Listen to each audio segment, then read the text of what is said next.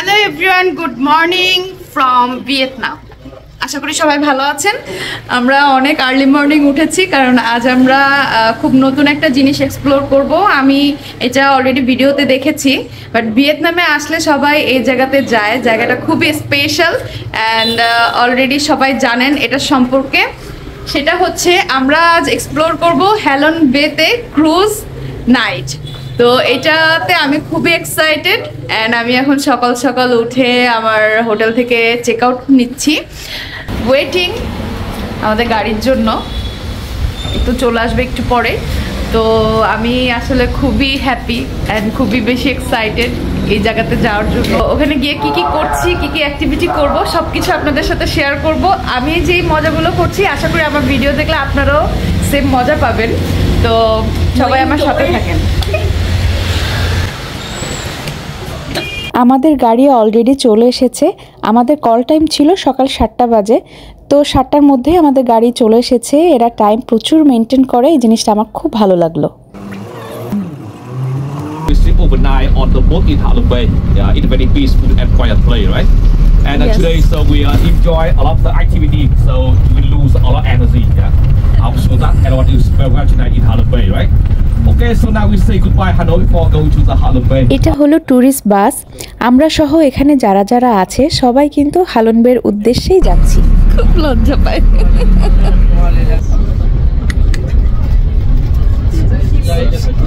আমাদের গ্রুপ হালন বে পৌঁছাতে প্রায় 3.5 ঘন্টার মতো লাগবে। তো আমরা বাইরের ভিউগুলো খুব এনজয় করছিলাম। যাওয়ার পথে আমাদের 30 মিনিটের একটা ব্রেক দিয়েছে, আর যেই জায়গাতে আমাদের ব্রেক দিয়েছে সেটাও একটা ট্যুরিস্ট প্লেস। এখানে মুক্তা চাষ করা হয় এবং কিভাবে ওয়েস্টার থেকে অর্থাৎ ঝিনুক থেকে মুক্তা চাষ করে সেই পদ্ধতিটাই আমাদের দেখাচ্ছিল সবাইকে। সো এখানে অনেক ভিড় ছিল, সবাই ভিডিও করছিল, সাথে আমি একটু ভিডিও করলাম। আর এখানে এনারা বসে এই চাষের মুক্তা থেকে খুব সুন্দর সুন্দর জুয়েলারি তৈরি করছে। আপনিও ইচ্ছা করলে এখান থেকে আপনার পছন্দ মতো সুন্দর সুন্দর জুয়েলারি তৈরি করে নিতে পারবেন।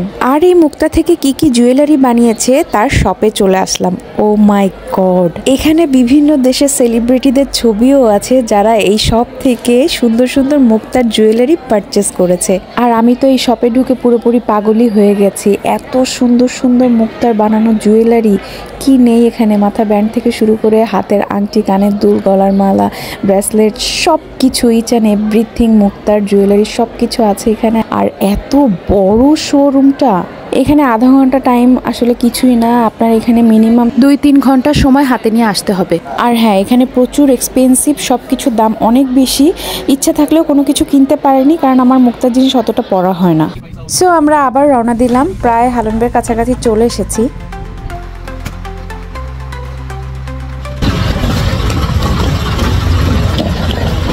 আমরা এখন ক্রুজে উঠবো। আচ্ছা, এর মধ্যে আমি কিছু ইনফরমেশন দিই। আমি কিন্তু এই ট্যুর প্যাকেজটা সম্পূর্ণ ভিয়েতনাম থেকেই নিয়েছি। আমি দেশ থেকে কোনো কিছু কনফার্ম করে আসিনি। এখানে কিন্তু আপনি নিজের চোখে অনেক চিপের মধ্যে আপনার ট্যুর প্যাকেজটা বেছে গুছে নিতে পারবেন। আপনার কোনটা আপনার জন্য সুইটেবল এবং বাজেট আপনার কত আছে সেই হিসাব করে কিন্তু আপনি আপনার প্যাকেজটা এখান থেকে বুক করতে পারবেন। এবং আমরাও সেটা করেছি। আর আমার কাছে এটাই মনে হয়েছে বেস্ট একটা অপশন। আমি নিজের চোখেই দেখে নিচ্ছি আমার বাজেটটা কত পড়ছে, আমার ট্যুর প্যাকেজটা কত করে নিচ্ছে, সব কিছু আমি নিজেই দেখে শুনে নিয়েছি। আর আমরা এই ট্যুর প্যাকেজটা বুক করেছিলাম ভিয়েতনামের যে হোটেলে ছিলাম সেই হোটেল থেকে খুব চিপ একটা প্রাইসে আমরা এই ট্যুর প্যাকেজটি বুক করেছিলাম। পার পার্সন পড়েছিল $140 করে। আমাদের সবাইকে লাইফ জ্যাকেট পরিয়েছে। জাস্ট 1-2 মিনিটের মধ্যে আমরা বড় ক্রুজে পৌঁছে যাবো। আমাদের ক্রুজটা একটু দূরেই ছিল, এই জন্য আমাদের ছোট বোটে করে ক্রুজের এখানে নিয়ে এসেছে। ক্রুজের সামনে আসতে না আসতে ক্রুজ থেকে আমাদের ওয়েলকাম জানাচ্ছিল।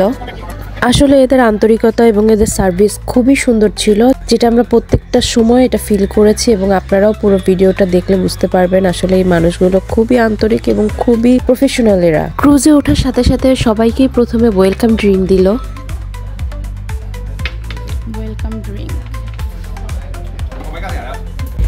তারপর আমরা চলে আসলাম আমাদের রুমে। এটা আমাদের রুম। সুন্দর। আসলে হালং বের ট্যুর প্ল্যানটা আমাদের হঠাৎ করেই নেওয়া হয়েছে। রাত 10টার দিকে আমি আর অমি প্ল্যান করি যে আমরা কালই হালং বেতে যাব। তো আমাদের হোটেল ম্যানেজারের সাথে কথা বলি যে আমরা আগামীকাল হালং বেতে যেতে চাই। উনি আমাদের বলল যে এত ইমার্জেন্সি ট্যুর প্যাকেজ পাওয়াটা একটু টাফ। সব বড় বড় ক্রুজ শিপ এগুলো নাকি 1 সপ্তাহ 10-15 দিন আগেই বুক হয়ে যায়। এই জন্য আমরা এত ইমার্জেন্সি কোনো বড় ক্রুজই পাইনি, সব আগে থেকেই বুক হয়ে গিয়েছিল। তো রাত 12টার দিকে ম্যানেজার ইনফর্ম করে যে একটা ক্রুজ পাওয়া গিয়েছে, বাট ছোট। আমরা সাথে সাথে রাত 12টার দিকে প্যাকেজটা বুক করে ফেলি। ক্রুজ ছোট বা বড় সেটা আমাদের কাছে কোনো বিষয় না, কারণ হালং বেতে যাওয়ার আমাদের একটাই উদ্দেশ্য ছিল সেখানকার প্রাকৃতিক সৌন্দর্যটাকে উপভোগ করা। একটু পরে আমাদের লাঞ্চ, আমরা এখনই লাঞ্চে যাব। তো লাঞ্চ করতে করতে মেবি এটা ছাড়বে শিপটা। তো লাঞ্চ করতে করতে আমরা জার্নি শুরু করব এবং দেখতে দেখতে যাব।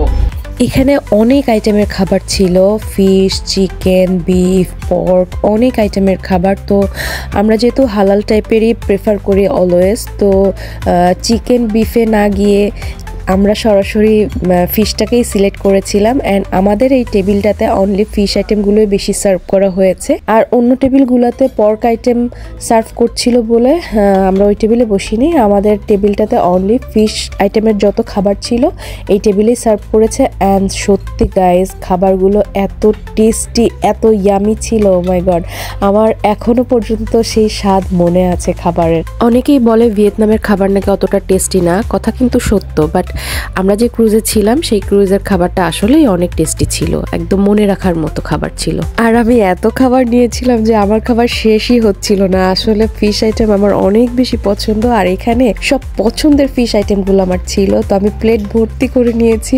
তো সবাই মজা করছিল আমার খাওয়া নিয়ে যে আমি প্রচুর খাচ্ছিলাম। সবাই আমাকে নিয়ে একটু হাসাহাসিও করছিল যে অনেক ফুড লাভার, তো এগুলো বলছিল। আর আমার টেবিলে যারা যারা ছিল সবাই খুবই আন্তরিক। কি যে সুন্দর,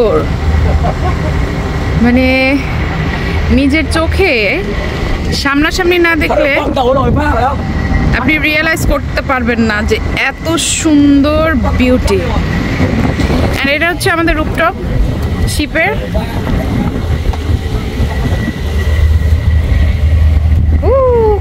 খুব সুন্দর, নাইস না? ওয়াও, সত্যি অনেক সুন্দর, অনেক সুন্দর। কি যে সুন্দর আমাদের রুম থেকে এই ভিউগুলো।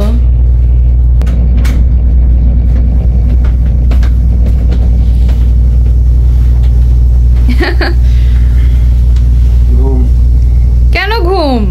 নো, এখন আমরা অনেক কিছু দেখবো। নো, ওঠো। বাট এখানে কিন্তু একটু ঠান্ডা, হ্যাঁ, ওয়েদারটা একটু ঠান্ডা।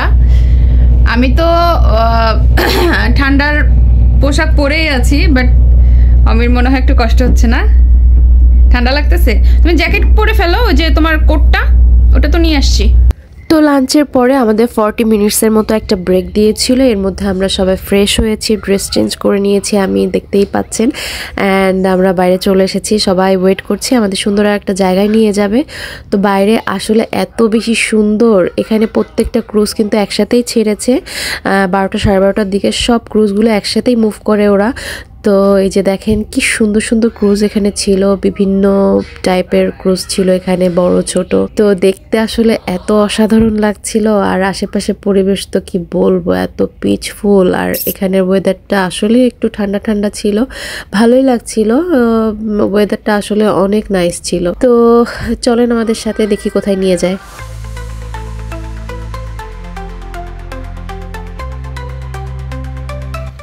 আসলে এই জায়গাটা পুরো স্বপ্নের মতো, এত সুন্দর। পানির মধ্যে চতুর্দিকে এই লাইমস্টোন পাহাড়গুলো এত সুন্দর। এখানে নেই কোনো পলিউশন, নেই কোনো জ্যাম, নেই কোনো গাড়ি ঘোড়ার শব্দ, নেই কোনো মানুষজনের কোলাহল। চতুর্দিকে এত শান্তি, এত পিচফুল একটা জায়গায়। এখানে না আসলে আপনি বুঝতেই পারবেন না যে আল্লাহর দুনিয়া আসলে কত সুন্দর, কত সুন্দর করে উনি বানিয়েছে এই পৃথিবীটাকে। মাশাআল্লাহ, আলহামদুলিল্লাহ। তো আমরা এখন চলে আসলাম হালং বের সব থেকে ফেমাস জায়গা সারপ্রাইজিং কেভ দেখতে। So you know that with 1,000 islands in Halong Bay, so there are many caves in Halong Bay. But the cave we go today, it is the biggest one and the most beautiful cave in Halong Bay. Look up the side up there, you can see the right the Hang Sik Sot. Hang it means the cave. Sik Sot it means surprising. Okay. And I want you will be surprised when you go in the cave, right? Because the cave natural beauty, make you surprised, right? Okay. And the surprise cave here, it's a discovered in the 1901. Yeah. Ha Long বেতে অনেক অনেক limestone পাহাড় এবং cave আছে এবং এই কেভগুলো কিন্তু হাজার হাজার কোটি বছর আগে পানির নিচে ছিল। তো 1901 সালেই এই কেভটা পাওয়া যায় এবং তখন থেকে এই কেভের নামকরণ করা হয় সারপ্রাইজিং কেভ।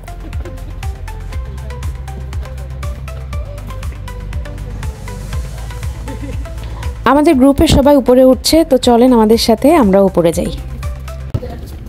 অনেক অনেক সিঁড়ি এখানে, পা ব্যথা হয়ে যাবে।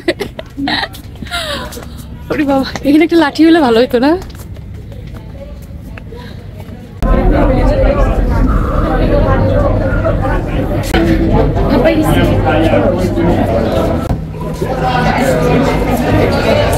এই জায়গাটা খুবই সুন্দর, এখান থেকে পুরো ভিউটা দেখা যাচ্ছে। মাশাআল্লাহ, এই জায়গাটা থেকে কি যে সুন্দর একটা ভিউ দেখা যাচ্ছে, মাশাআল্লাহ সত্যি অসাধারণ। নাইস।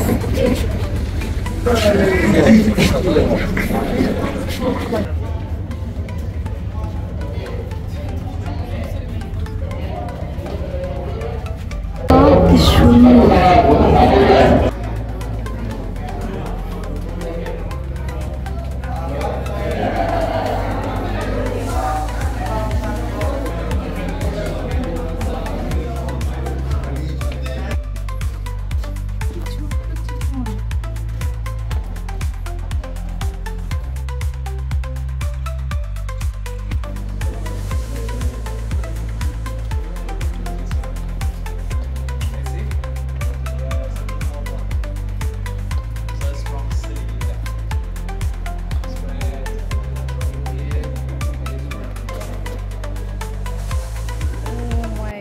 বাবু, এখানে একটা মুভি করা যাবে। হ্যাঁ,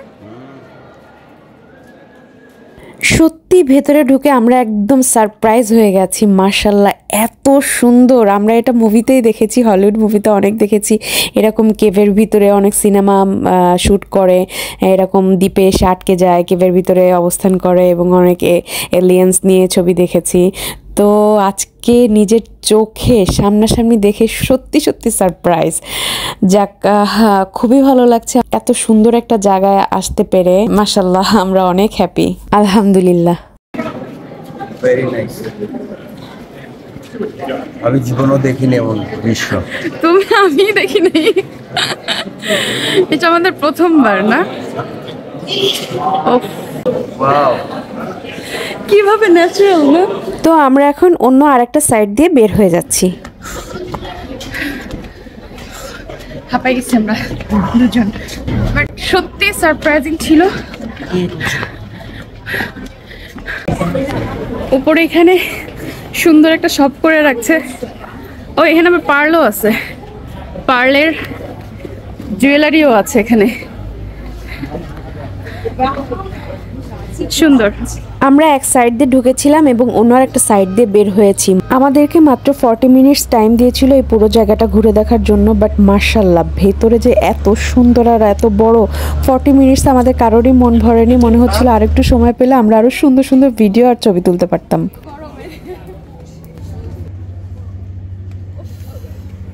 বিউটিফুল। ওই পাহাড়ে উঠেছি, ওখান থেকে উপরে উঠে এদিক দিয়ে নেমে এখন আমরা চলে যাচ্ছি আবার বোটের দিকে। তো আমরা বোটে আবার চলে এসেছি, মনে হয় অন্য কোথাও এখন নিয়ে যাবে। তো অনেক এনজয় করলাম এখানে, তাই না?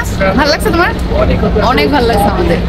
হালং বে কিন্তু পার্লের জন্য খুবই ফেমাস। এখানকার পানি, এখানকার ওয়েদার পার্ল চাষের জন্য সব থেকে পারফেক্ট এবং সব থেকে বেস্ট। তো আমাদেরকে এখন নিয়ে এসেছে যেখানে ওরা পার্ল চাষ করে সেই প্রজেক্টে। Welcome to Gilligis Halong Farm.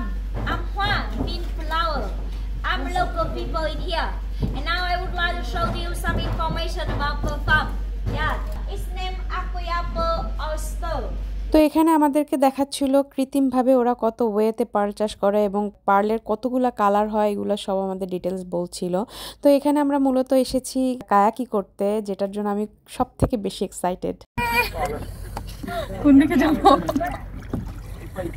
And এটা ছিল আমার লাইফে ফার্স্ট টাইম কায়াকিং। আমি এত বেশি এক্সাইটেড আর এত বেশি খুশি ছিলাম, আপনারা আমাকে দেখলেই বুঝবেন যে আমি এত বেশি এক্সাইটেড আর খুশি। মাশাআল্লাহ, আলহামদুলিল্লাহ, আমি আসলে অনেক বেশি হ্যাপি ছিলাম এই মুহূর্তটাতে। আমি খুব বেশি এনজয় করছিলাম আর নৌকা চালাতে আমার অনেক বেশি ভালো লাগে। আর যদি হয় এত সুন্দর একটা জায়গা, এত পিচফুল একটা জায়গাতে, আর অমির সাথে ছিল, এটা আমার জীবনের সব থেকে বেস্ট পাওয়া ছিল। বেস্ট একটা হ্যাপিনেস একটা জার্নি ছিল আমার লাইফে। তো আমি এই মুহূর্তটা আসলে খুবই বেশি এনজয় করেছি। এই যে পাইলট পিছনে,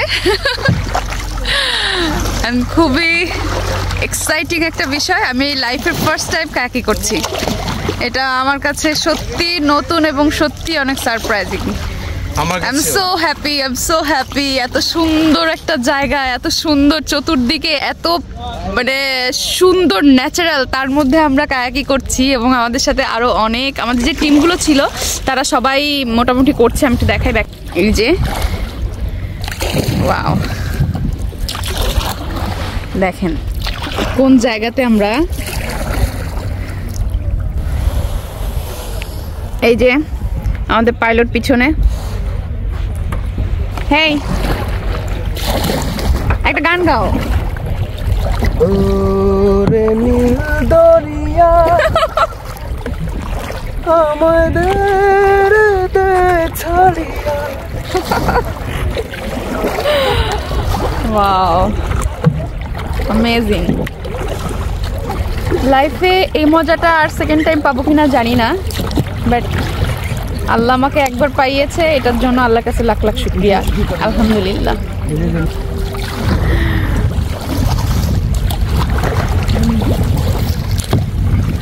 খুব ভালো হতো একদম সামনে থেকে একটু ভিডিও করে দিত। একটু তাকাও, অনেক মজা করছো, অনেক হ্যাপি, অনেক হ্যাপি। এই সো হয়েছে, এখন কি আমরা উঠবো? আমার কোমর ব্যথা হয়ে গেছে। হ্যাঁ, এখন আমরা উঠবো, আর আমার হাত ব্যথা হয়ে গেছে। চলো। তো এখানে আমরা অনেকক্ষণ মজা করেছি, এখন আমরা আমাদের ক্রুজে ব্যাক করব। ক্রুজে ব্যাক করার পর ইভিনিংয়ে ক্রুজের সবাই মিলে রুপটপে একসাথে মজা করছিল, এই বিষয়টা আমার কাছে অনেক ভালো লাগছিল। অ্যান্ড সবাই কিন্তু পার্টি মুডে আছে, আপনারা দেখতেই পাচ্ছেন। অ্যান্ড সেই সাথে আমরাও মজা করছিলাম।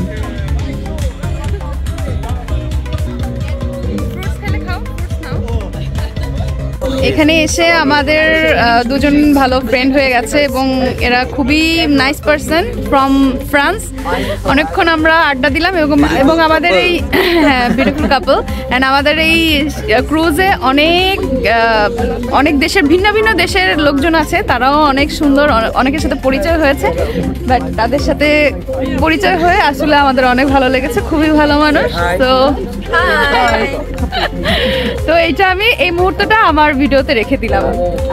Bye bye. আমাদের ডিনারটা এখন বুফে দিয়েছে, যে যার মতো এখন খেতে পারবে। তো এখানে সালাদ আইটেম আছে। Okay, I get two for people. No meat, okay? And no meat and vegetarian, okay?